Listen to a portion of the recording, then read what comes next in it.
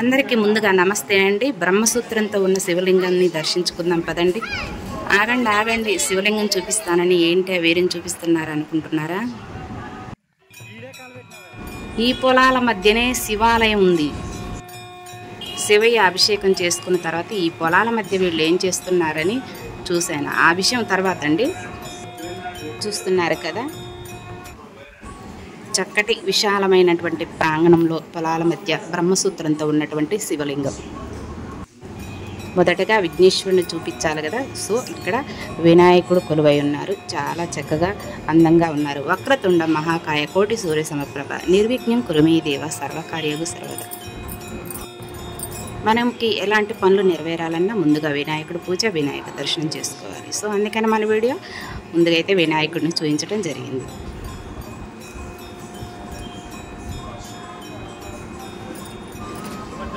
ఇక్కడ స్వయంగా మన చేతులతోనే అభిషేకం చేసుకోవచ్చు. బ్రహ్మసూత్రంతో ఉన్నటువంటి శివలింగము 10,000 దేవాలయాలు ఉన్న శివలింగం దేవాలయాన్ని దర్శించుకుంటే ఎంత పుణ్యమో, ఒక బ్రహ్మసూత్రంతో ఉన్న శివలింగం దర్శించుకుంటే అంత పుణ్యం కలుగుతుందని చాగంటి వారి మాటల్లో విన్నామండి. నిజంగా ఇలాంటి బ్రహ్మసూత్రంతో ఉన్నటువంటి శివలింగాన్ని దర్శించుకోవటము, అభిషేకాలు చేయించుకోవటము ఎంతో మహాభాగ్యము. నేనైతే కోటి జన్మల పుణ్యం అని కూడా చెప్తాను. సంతనపల్లిలో అబ్బూరు అనే గ్రామంలో ఈ శివాలయం పొలాల మధ్య నిర్మించబడింది. ఏ రోజైనా ఈ దేవాలయము తెరచబడే ఉంటుంది. వచ్చి అభిషేకాలు చేయించుకోండి. ఇంట్లో సమస్యలు ఉన్నా, ఏమన్నా పనులు ఆటంకం ఉన్నా ఈ శివయ్యకి అభిషేకం చేసుకుంటే, కనీసం నీటితో అభిషేకం చేసినా కూడా అనుకున్న పనులు నెరవేరి జీవితంలో సుఖ సంతోషాలు ఉంటాయండి. నేను చెప్పడమే కాదు, పెద్దవాళ్ళు చెప్పారు. ఈరోజు సోమవారం అయ్యేసరికి భక్తులు చక్కగా వచ్చి శివాభిషేకం చేసుకుంటున్నారు.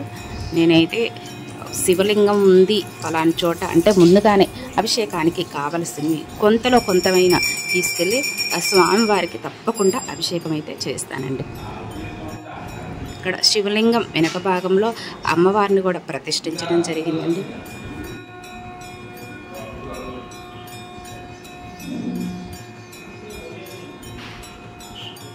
బ్రహ్మసూత్ర శివలింగ దర్శనం కోటి జన్మల పుణ్యం.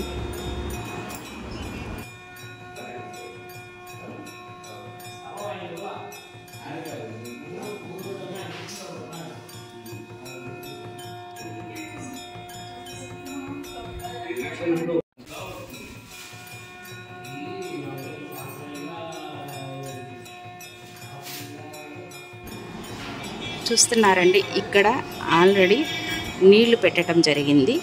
మన చేతులతో స్వయంగా ఆ నీటిని తీసుకొని స్వామివారికి అభిషేకం చేయవచ్చు. లేదంటే మనతో తీసుకువెళ్ళినటువంటి స్వామివారికి సంబంధించిన అభిషేకం అన్నీ కూడా చక్కగా పూజారి గారు మన చేతులతో చేయిస్తారు. ఓం నమః శివాయ, ఓం నమః శివాయ, హర హర మహాదేవ. మీరు కూడా ఓం నమః శివాయ అంటూ ఒక లైక్ చేయండి, అలానే సబ్స్క్రైబ్ చేసుకోండి. థ్యాంక్ యూ అండి. ఇక్కడ మా అభిషేక కార్యక్రమం అయిపోయిన తర్వాత కొంతమంది భక్తులు వచ్చి స్వామివారికి పాలతో, నెయ్యితో, తేనెతో అన్నీ కలిపి ఇక్కడ అభిషేకం చేయడం చూడొచ్చండి. ఎక్కువసేపు చూపిస్తున్నాను, బోరు కొడుతుంది అనుకోకూడదు. ఈరోజు సోమవారం అనే కాదండి, స్వామివారికి అన్ని రోజులు కూడా శివాభిషేకము ఎంతో ప్రీతికరమైన రోజులని చెప్పవచ్చు. సో ఈ శివాభిషేకము చూసినంత సేపు ఓం నమః శివాయ అనుకోండి, చక్కగా శివాభిషేకం చూడటమే కాదండి, శివాభిషేకం చూసినా చేసినా కూడా కోటి జన్మల పుణ్యం కలుగుతుంది. ఓం నమః శివాయ, ఓం నమః శివాయ, ఓం నమః శివాయ. నాగేంద్రహారాయ త్రిలోచనాయ భస్మాంగరాగాయ మహేశ్వరాయ నిత్యాయ శుద్ధాయ దిగంబరాయ తస్మై మకారాయ నమః శివాయ. మందాకిని సలిల చందన చర్చితాయ నందీశ్వర ప్రమదనాద మహేశ్వరాయ మందార ముఖ్య బహుపుష్ప పూజితాయ తస్మై మకారాయ నమః శివాయ.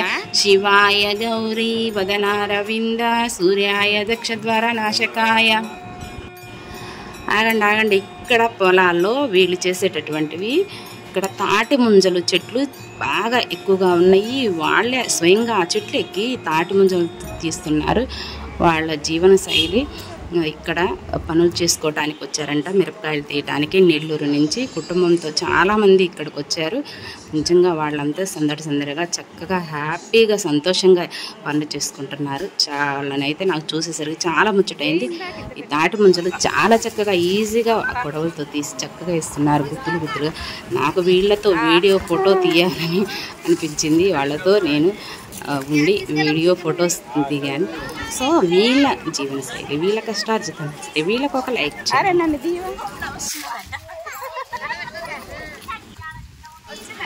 ఫ్రెండ్స్, మన వీడియో నచ్చితే ఇంతవరకు సబ్స్క్రైబ్ చేయని వాళ్ళు మన ఛానల్ని తప్పకుండా సబ్స్క్రైబ్ చేసుకోండి. గంట సింబల్ క్లిక్ చేస్తే పెట్టినటువంటి నోటిఫికేషన్ ప్రతి వీడియో మీకు వస్తుంది.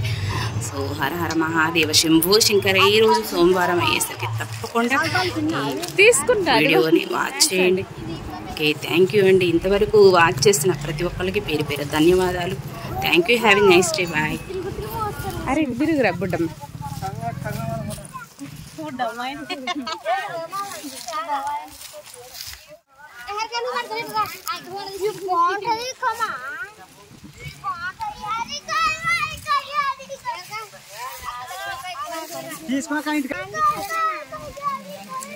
మాకు వస్తుందా కోయట?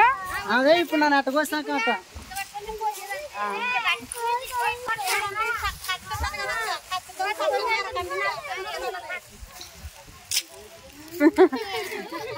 బాగున్నారు సరదాగా.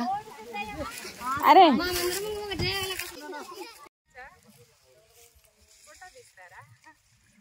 ఈడే కాలు